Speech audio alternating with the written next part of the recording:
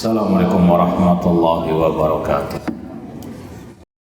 Innal hamdalillah nahmaduhu wa nasta'inuhu wa nastaghfiruh wa na'udzu billahi min syururi anfusina wa min sayyiati a'malina.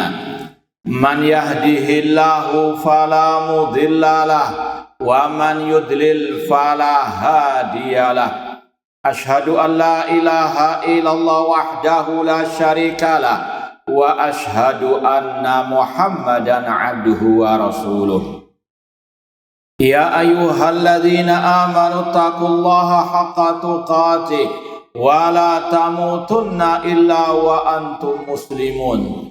Ya ayyuhan nasu taqu rabbakumul ladzi khalaqakum min nafsin wahidah wa khalaqa minha zawjaha wa batha minhuma rijalan katsiran wa nisaa'a wattaqullaha alladzi tasaaluna bihi wal arham innallaha kana 'alaikum raqibah.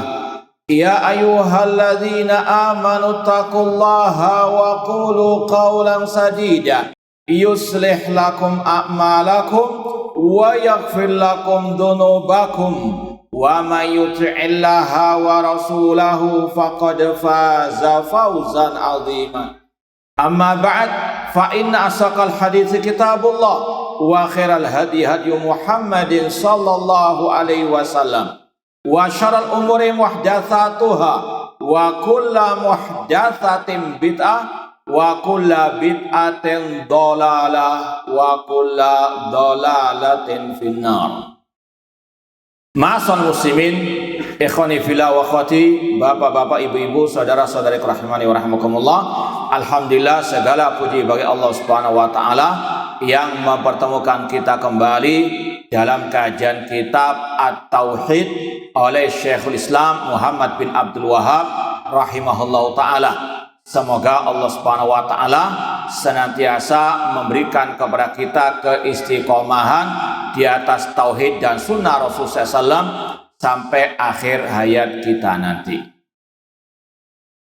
Kita masih dalam pembahasan tentang bab al-khauf, rasa takut kepada Allah Subhanahu wa taala, sampai kepada dalil yang terakhir, yaitu riwayat an Aisyah radhiyallahu anha anna Rasulullah SAW qala.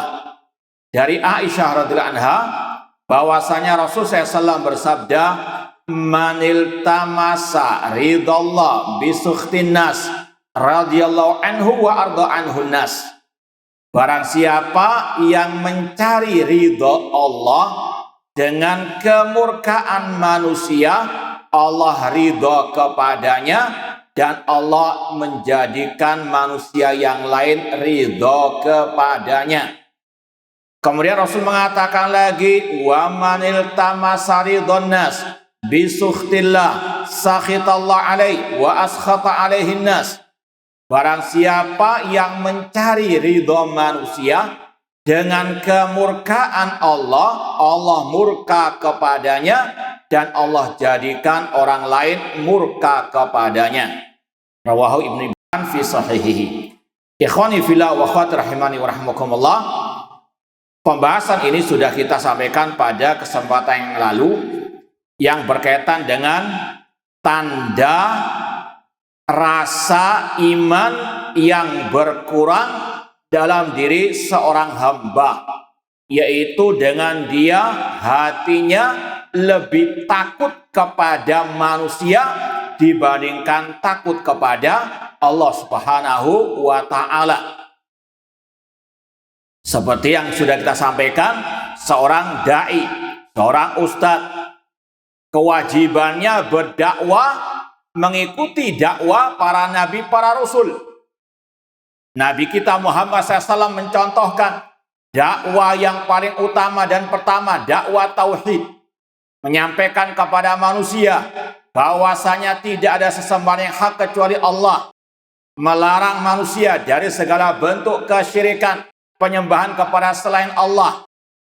Namun sebagian manusia yang mengaku sebagai juru dakwah terkadang takut kepada manusia menyampaikan apa yang disampaikan oleh Nabi SAW tersebut. Khawatir tidak banyak pengikutnya, karena kalau dakwah tauhid melarang dari kesyirikan, mungkin dianggap radikal, keras, followernya sedikit atau fannya sedikit, maka takut ketinggalan masa atau takut kuantitasnya itu berkurang, maka dia pun memalingkan dakwanya dari tauhid kepada selain tauhid, alias cari yang aman, yang penting abang senang, yang penting bapak gembira, bukan menuntun manusia kepada jalan Rasul, namun mengikuti apa yang diinginkan oleh manusia. Dan ini yang dicelah oleh Rasulullah SAW. Berapa banyak orang yang seperti itu malah bukan mendapat ridho manusia, juga dimurkai oleh manusia. Karena Rasul mengatakan tadi, Allah murka kepadanya dan Allah jadikan yang lain juga murka. Di dunia nggak ada yang pro semua. Di dunia ini nggak ada yang kontra semua. Pasti ada pro dan kontra. Jangankan kita, para nabi, para rasul, mereka banyak dimusuhi oleh kaum mereka. Mereka punya banyak musuh. Wa kadzalika ja'alna likulli nabiyyin aduwan syayatinal insi wal jin. Demikianlah kami jadikan bagi setiap nabi musuh-musuh dari kalangan setan, jin, dan manusia. Padahal para nabi, para rasul kurang apa? Akhlak mereka kurang apa? Perilaku mereka. Tapi juga dimusuhi karena mereka mendakwakan kebenaran, mendakwakan at-tauhid. Namun mereka tidak peduli. Ya, sampai kata Rasul, ada nabi sebelum beliau yang tidak punya pengikut sama sekali. Apakah nabi tersebut gagal dalam berdakwah? Tidak. Karena dalam dakwah yang penting menyampaikan kebenaran, menyampaikan apa yang diajarkan oleh Allah dan Rasul SAW, mengikuti tata cara dan jalan yang diajarkan oleh Allah Rasul SAW, diterima atau tidak, serahkan hidayah di tangan Allah. Laisa 'alaika hudahum walakin Allah yahdi man yasha. Demikian pula sebagian orang terkadang ingin mencari ridho atasannya, ingin mencari ridho orang yang punya kedudukan atau yang punya fulus, sehingga mengorbankan ridho Allah. Apa yang dikatakan, didoktrinkan oleh atasannya, oleh kepalanya, sami'na wa ata'na, tanpa ditimbang lagi dengan qala Allah wa qala Rasul sallallahu alaihi wasallam. Takut dipecat, takut bully, takut tidak mendapatkan teman dan seterusnya. Ini malil tamas ridallah bisukhtin nas, radhiyallahu anhu wa arda bihi annas. Ini seorang muslim wajib punya prinsip yang penting ridho Allah, meskipun harus dimusuhi oleh manusia. Antum tadi sebaik-baiknya manusia saja ada yang kontra, ada yang memusuhi, apalagi kita yang penuh dengan kekurangan. Yang penting tadi ridho Allah, manil tamasa ridallah bisukhtin nas radhiyallahu anhu wa arda bihin nas. Jangan mencari ridho manusia, jangan takut kepada manusia. Makanya Al-Imam Syafi'i rahimahullah pernah berkata, ridhon nas ghayatun la tudrak. Menggapai ridho manusia, semuanya ingin dijadikan pro kepadanya, itu sesuatu yang tidak mungkin, mustahil. Ya, di dunia ini pasti ada pro dan kontra, maka yang perlu kita jadikan prinsip dalam hidup kita bagaimana menggapai ridho Allah Subhanahu wa ta'ala. Jangankan atasan, jangankan teman, jangankan tetangga, orang tua saja, kalau menyuruh kita yang tidak sesuai dengan syariat Allah, tidak boleh kita mengikuti, mentaatinya.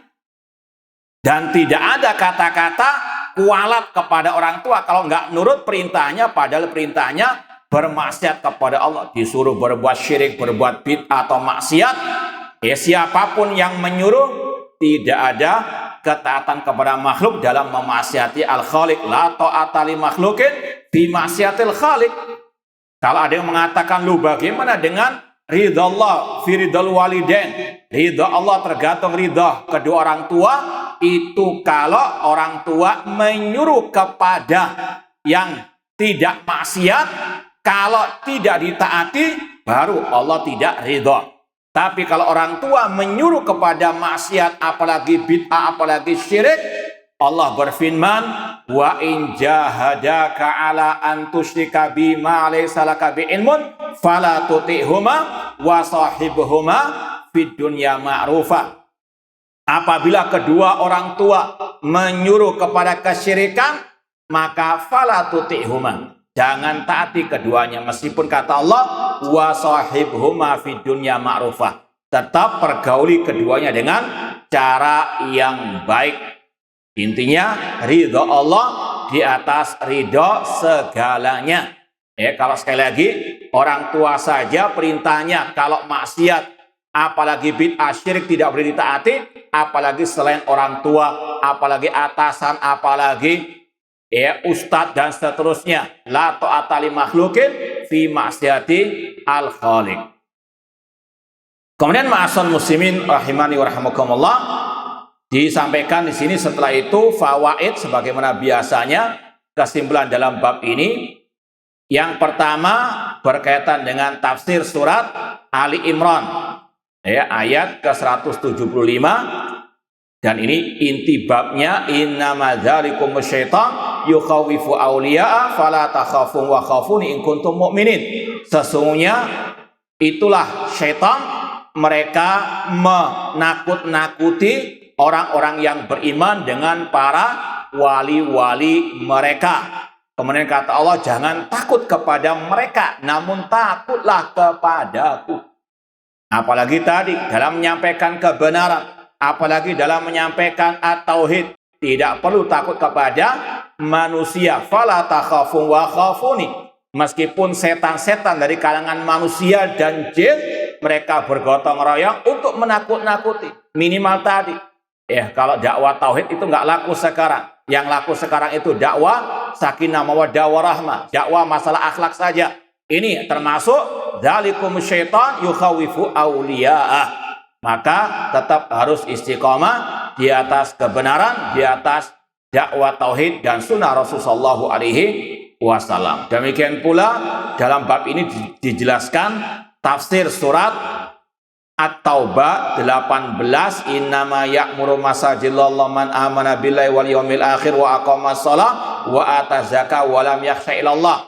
Orang yang memakmurkan masjid Allah, di antara cirinya tidak takut kecuali hanya kepada Allah. Dan sudah kita sampaikan juga perincian pembagian macam-macam al-khauf.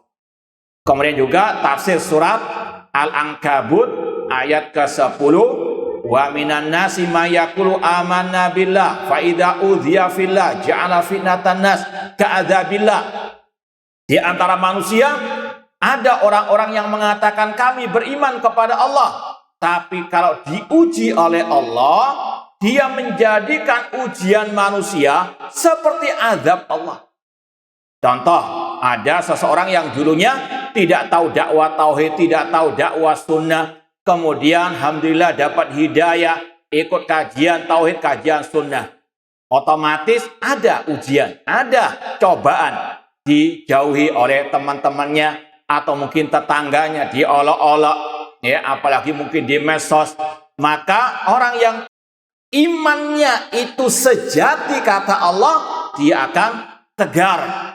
Namun kalau imannya hanya di pinggiran saja, ala harfin, maka tadi dia luar biasa merasa sedih, merasa terpukul, bahkan mungkin naudzubillah min dzalik bisa stres dan seterusnya. Naudzubillah min dzalik. Ini yang imannya setengah-setengah. Seorang muslim muslimah wajib betul-betul di atas al-yakin, innamal mu'minuna alladzina amanu billahi wa rasulihi tsumma lam yartabu. Orang yang beriman yang sesungguhnya, yang beriman kepada Allah dan Rasulnya, kemudian mereka tidak ragu, nggak setengah-setengah, betul-betul yakin ini dakwah tauhid, dakwah sunnah yang hak. Apapun cobaan ujiannya harus tetap istiqamah. Rasul saja Allah katakan fasbir kama sabar ulul azmi minar rusul, bersabarlah sebagaimana sabarnya para rasul ulul azmi. Apalagi kita sekali lagi wajib untuk banyak-banyak bersabar. Atau sebagian orang terkadang ada yang curhat, ya Ustadz, dulu kalau saya belum tahu kajian sunnah proyek lancar, rezeki luar biasa melimpah. Setelah saya masuk kajian sunnah rasanya apa? Proyek agak seret banyak, ya godaan cobaan dan sebagainya, nggak seperti dulu lancar jaya. Ya, makanya sekali lagi orang yang setengah imannya, nggak percaya dengan janji Allah, wa may yattaqillaha yaj'al lahu makhraja. Dan juga salah satu jawabannya, dulu ketika Anda tidak tahu ajaran sunnah, Anda nggak tahu halal wal haram, riba, disikat, korupsi, ya menipu orang dan sebagainya, ya maka wajib meyakini bahwasanya sedikit namun barokah lebih baik daripada banyak namun mendolimi manusia, ya makan harta yang haram. Kata Rasulullah SAW, kullu lahmin nabata min sukhtin fannaru aula bihi. Daging yang tumbuh dari yang haram, neraka lebih layak balasannya. Maka seorang muslim, muslimah harus betul-betul tegar, istiqomah, konsisten di atas kebenaran, di atas tauhid dan sunnah Rasulullah SAW, apapun cobaannya. Dan banyak-banyak memohon kepada Allah, ya muqallibal qulub, tsabbit qalbi ala dinik. Ya, Nabi Ibrahim saja berdoa kepada Allah, wa janubni wa bani an na'budal asnam. Maka demikian pula seorang muslim muslimah wajib banyak memohon kepada Allah al-istiqamah. Kemudian di antara faedah bab ini, annal yakin yad'uf wa yaqwa. Keyakinan ataupun juga keimanan itu bisa turun, bisa naik, bisa mengalami pasang surut, bisa lemah, bisa kuat. Ya, tergantung orang tersebut bagaimana usahanya meningkatkan iman dan mencegah dari turunnya al-iman. Makanya sering kita sampaikan, kita pasti mengalami pasang surut keimanan. Maka jangan jauh-jauh dari lingkungan keimanan. Di antara majelis, di antaranya majelis al-ilmu yang dibacakan di dalamnya qala Allah wa qala ar-rasul sallallahu. Berapa banyak orang yang mungkin awal-awalnya mencoba untuk bolos dari kajian padahal sudah tahunan rutin, ya kemudian mulai agak luntur, bukan hanya mencoba libur sehari, bahkan mungkin sampai seminggu, sebulan, lama-lama kembali lagi kepada awamin nas, jadi orang awam yang nggak tahu apa al-haq, apa batil, apa al-halal walal haram. Ya, sampai kata Sufyan bin Uyainah ketika beliau mengatakan iman itu yangkus, iman itu bisa turun.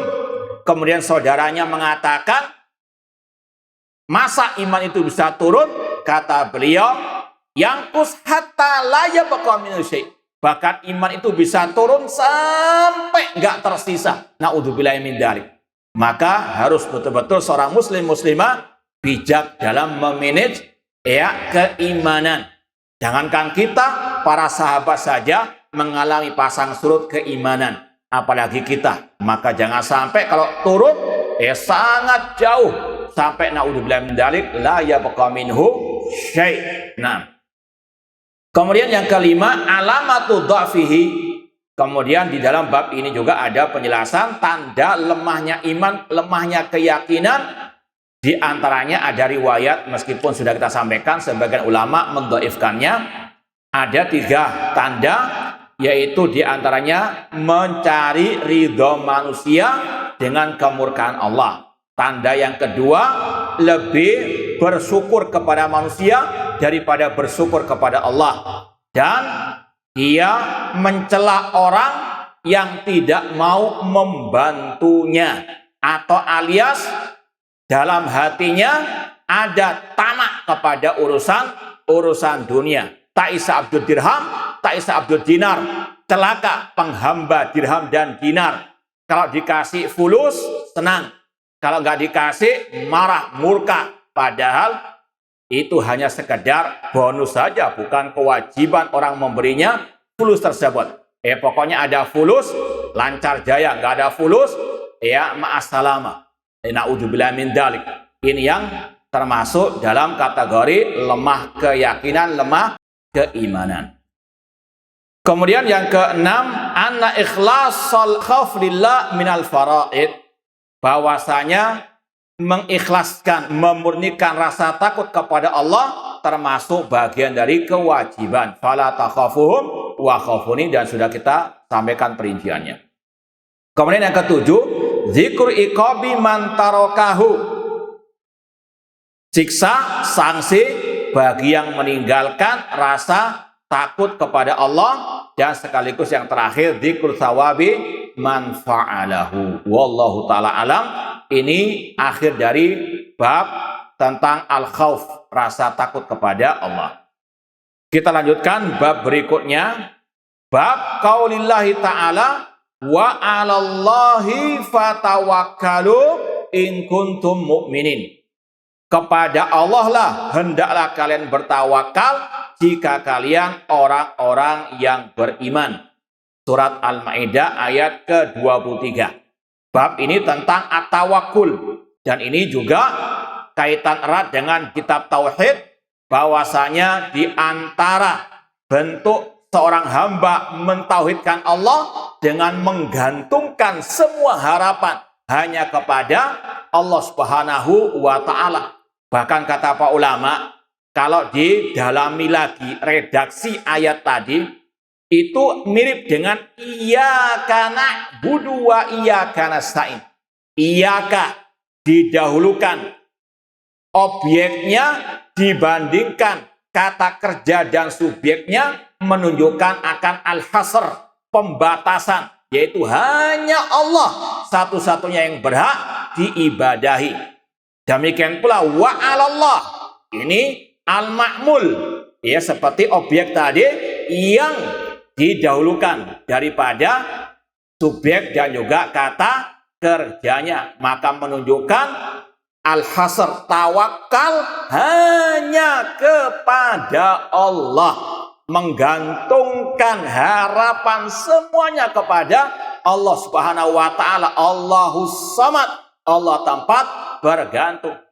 Ini sekali lagi kata para ulama, Allah mengatakan wa 'alallah fatawakkalu, tawakal hanya kepada Allah. Bahkan dikatakan dalam akhir ayat ini, in kuntum mu'minin, syarat orang itu menjadi mukmin kalau tawakalnya hanya kepada Allah Subhanahu wa taala.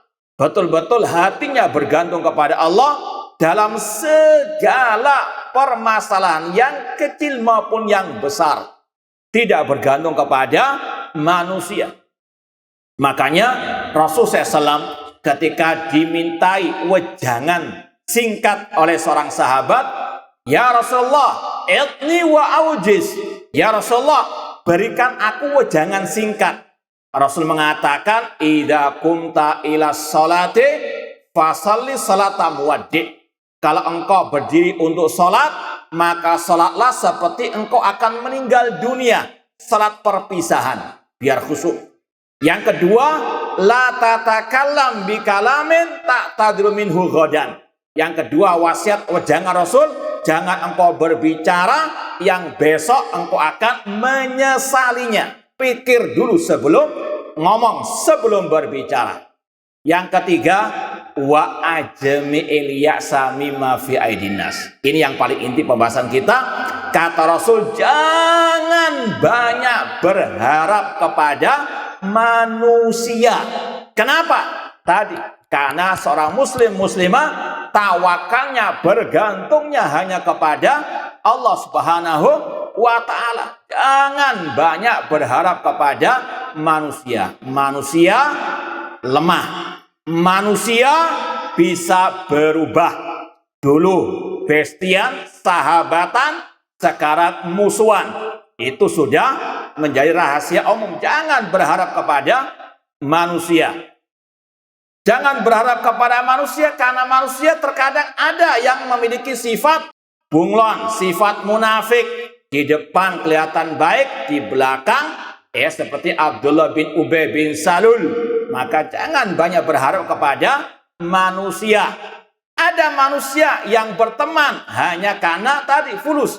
Ada fulus disenangi, ditemani. Namun kalau tidak ada fulus, ma'as salamah. Sebagaimana kata seorang penyair Arab, idza qalla mali fala khilla yusahibuni wa fi ziyadati kullun nasi khalani. Ketika hartaku bertambah, semua orang mengaku kenal, semuanya teman, bestian denganku. Namun ketika uangku sudah berkurang atau mungkin bangkrut, semuanya meninggalkan, memusuhi diriku. Maka jangan banyak berharap kepada manusia. Hati terus bergantung kepada Allah. Fi kulli lahadat. Kata ulama, setiap detik, setiap hembusan nafas kita, tawakal, gantungkan hati kita hanya kepada Allah. Dan itulah yang kita diajari Rasul ketika membaca zikir pagi dan petang. Ya Hayyu ya Qayyum. Lanjutkan. Birahmatika astaghith. Aslih li sya'ni kullahu wa la takilni ila nafsi tarfata'in. Wahai zat yang maha hidup, lagi maha berdiri sendiri, dengan rahmatmu aku memohon pertolongan. Perbaiki segala urusanku. Jangan engkau sandarkan diriku kepada diriku sendiri meskipun hanya sekejap mata. Setiap kejapan mata kita, setiap detak jantung kita, hembusan nafas kita, gantungkan semuanya kepada Allah dalam urusan dunia, urusan akhirat. Seperti tadi kita mendengar muadzin mengatakan hayyalas shalah, kita bisa hanya menjawab apa?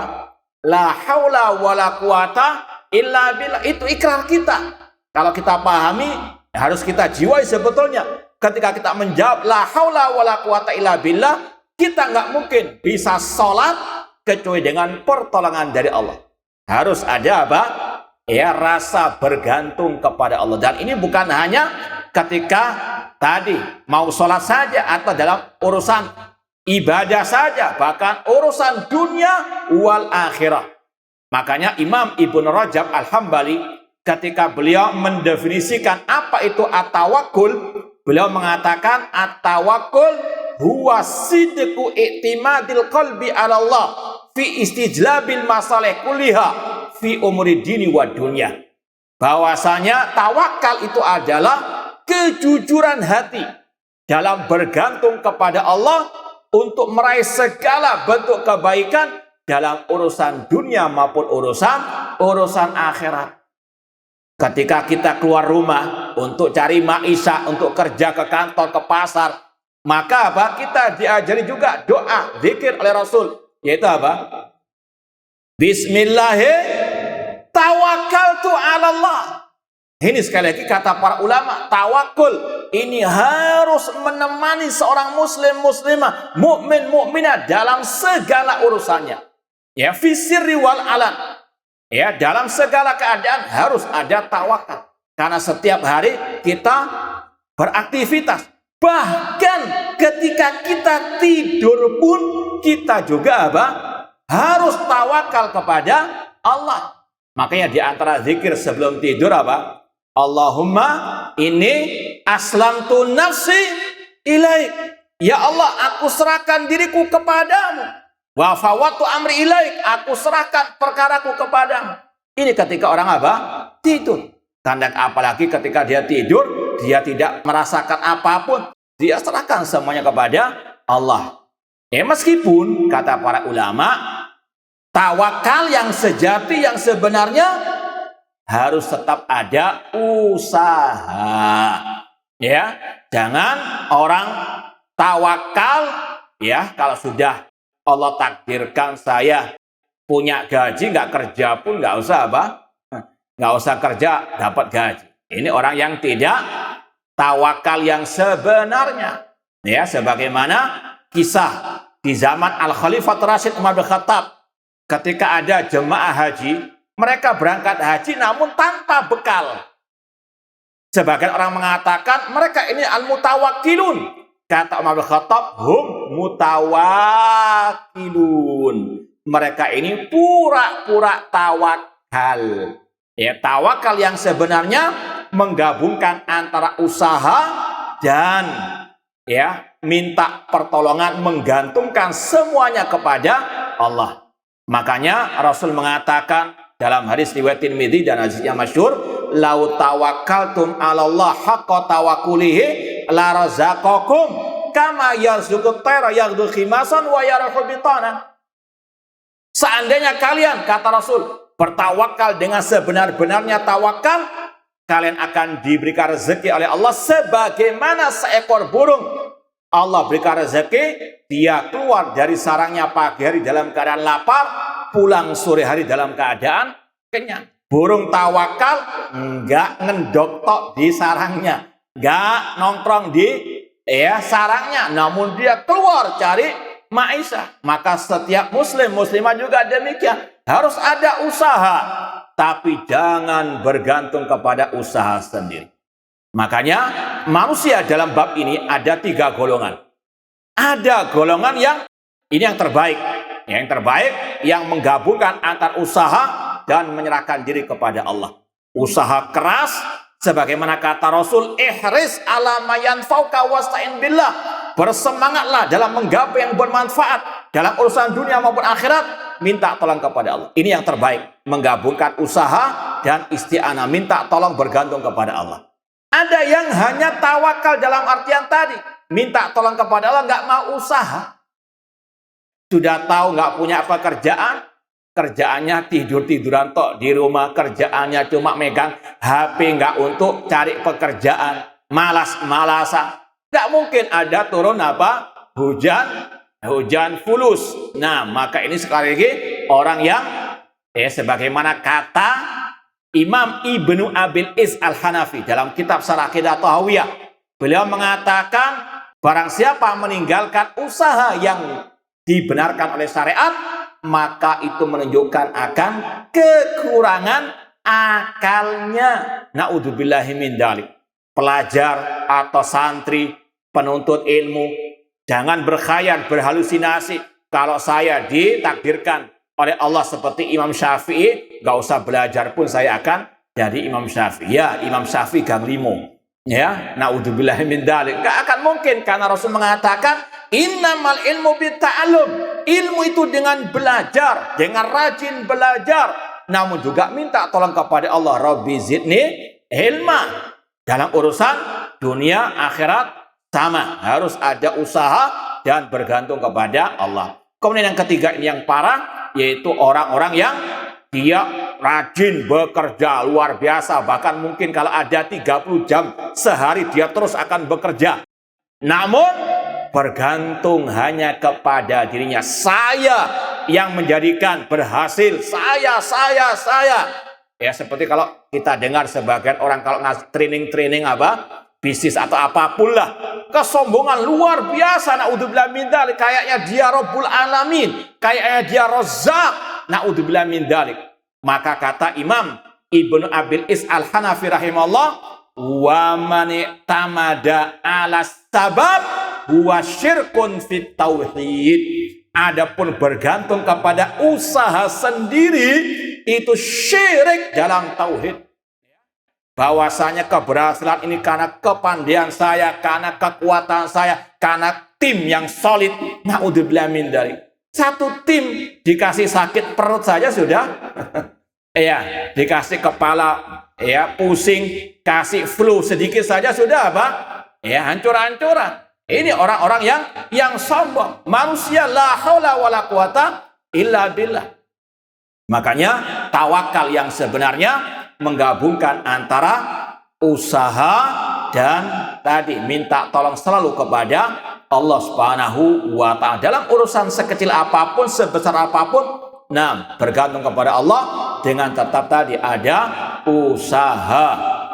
Makanya Rasul SAW ketika ditanya oleh seorang Arab Badui, ketika dia mau memarkirkan untanya, apakah diikat atau tawakal saja?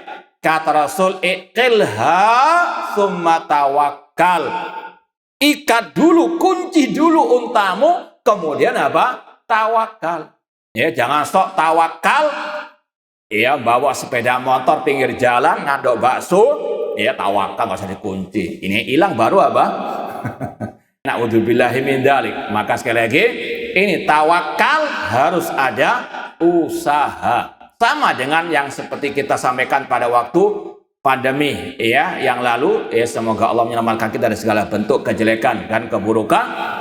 Kata para ulama, nggak cukup tawakal, harus ada usaha. Di antara usahanya pakai masker misalnya. Ini bentuk usaha. Ini adalah bentuk tawakal kepada Allah Subhanahu wa taala. Orang pakai masker dituduh syirik, naudzubillah min dzalik. Nggak percaya dengan Allah, ya nggak percaya dengan tauhid dan seterusnya. Naudzubillah min dzalik. Tauhid, tawakal harus diiringi dengan usaha. Rasul Sayyidul Mutawakkilin, kata para ulama. Nabi kita Muhammad SAW adalah manusia yang paling tawakal kepada Allah. Tapi ketika berperang, Rasul masih memakai baju besi. Ya, jangan sok tawakul. Allah, ya pandemi atau virus tidak ada. Ya, tawakal. Ini orang yang apa? Ya, kata Imam Ibn Abil Is Al-Hanafi tadi, qadhun fil akal. Ya, atau nggak punya, kata orang Arab sana, mafimukh, nggak punya akal, nggak punya otak. Naudzubillah min dzalik. Harus ada apa? Usaha. Nah, ini sekali lagi tawakul yang sebenarnya harus menggandengkan usaha dan tadi minta tolong, bergantung hanya kepada Allah Subhanahu wa taala. Allah berfirman, innamal mu'minuna alladzina idza dzukirallahu wajilat qulubuhum wa idza tuliyat alaihim ayatu zadathum imana wa ala rabbihim yatawakkalun. Sesungguhnya orang-orang yang beriman yang sebenarnya, apabila disebut nama Allah, gemetarlah hati mereka, dan apabila dibacakan ayat-ayat Allah, bertambahlah iman mereka, dan kepada Rabb mereka lah mereka bertawakal. Dan ini adalah cabang keimanan. Wallahu ta'ala alam. Kurang lebihnya mohon maaf. Wa jazakumullahu khairan. Aqulu qouli hadza wa akhiru da'wana anil hamdulillahi rabbil alamin. Wassalamualaikum warahmatullahi wabarakatuh.